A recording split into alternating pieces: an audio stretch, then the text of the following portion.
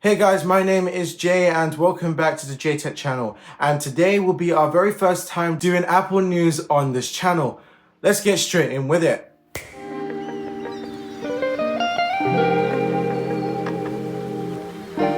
Quick notice, Apple TV Plus will be free from today until January the 6th.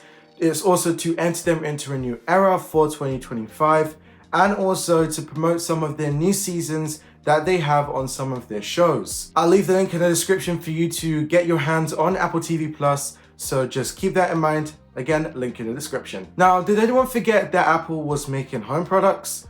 Well, I did at the beginning until I remembered that they actually did make home products. Well, Mark Gurman has confirmed that there is 3 products going to be starting off the year in 2025.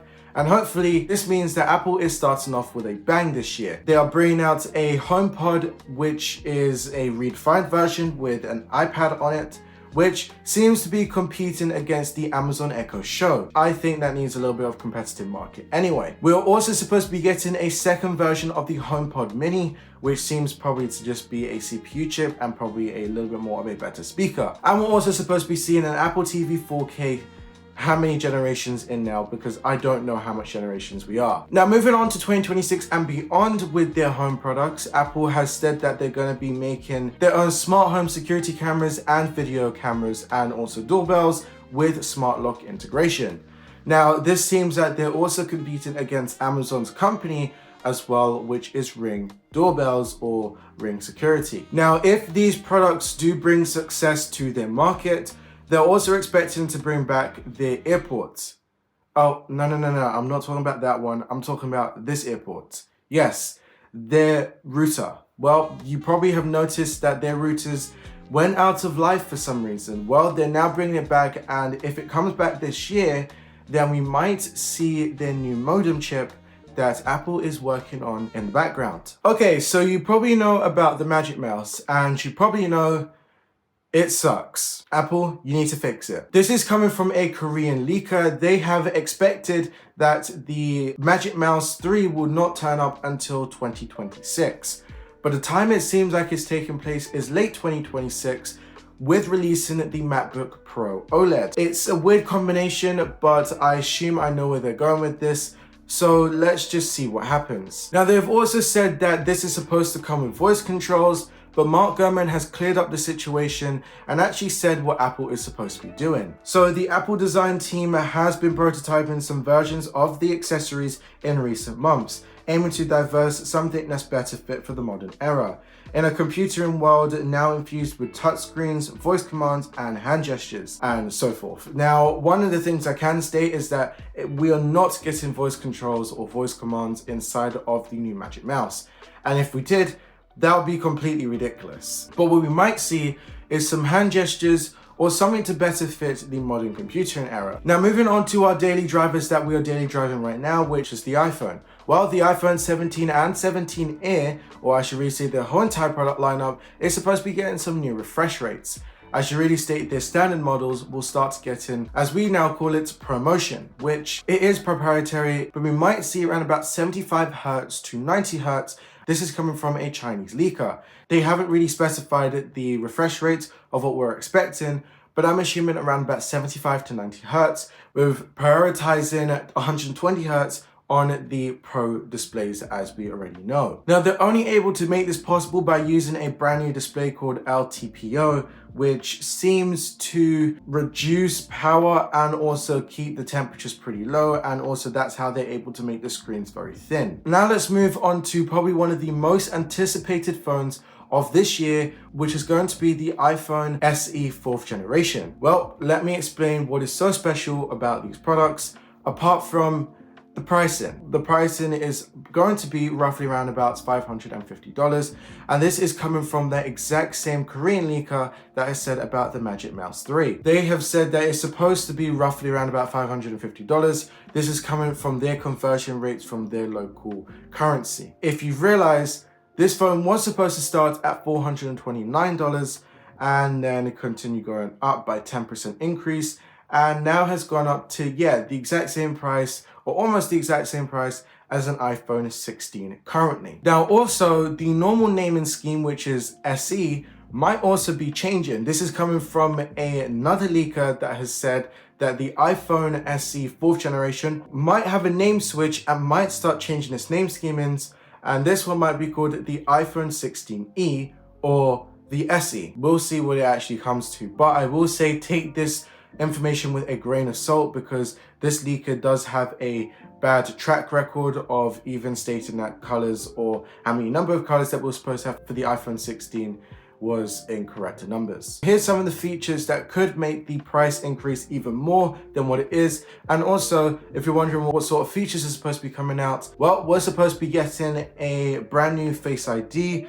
We're also supposed to be getting a all new modern all-screen display using the design from the iPhone 14, with also having an OLED display of 6.1 inches with USB Type-C, and also a single 48 megapixel camera, and also even more features probably coming down the line. Now, we're expected to see this product start to be launched in March 2025, and hopefully this is going to be one of the best phones coming out, especially for people that wanted a smaller phone but have that same modern design. If you've ever wanted to try the Apple Vision Pro, well, I recommend you trying it now and going to your local Apple store. Actually, watch this video first and then go to the Apple store. Let me explain what has actually happened. In October, Wayne Ma has reported to Mac Rumors and said that Apple is supposed to be slowing down or cutting down their production of the Apple Vision Pro. This is not going to be fully stopping. Coming from Apple themselves, they have said to one of their assemblers that they want them to start slowing down the